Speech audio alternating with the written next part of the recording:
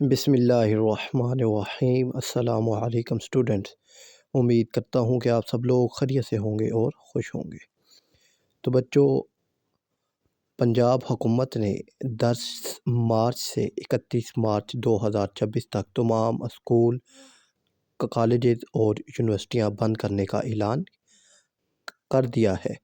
یہ فیصلہ ایندھن، پٹرول، ڈیزل کے بحران اور معاشی صورتحال کی وجہ سے کیا گیا ہے تاکہ سفر کم ہو اور فیول بچایا جا سکے۔ اس دوران آن لائن کلاسز ہو سکتی ہیں۔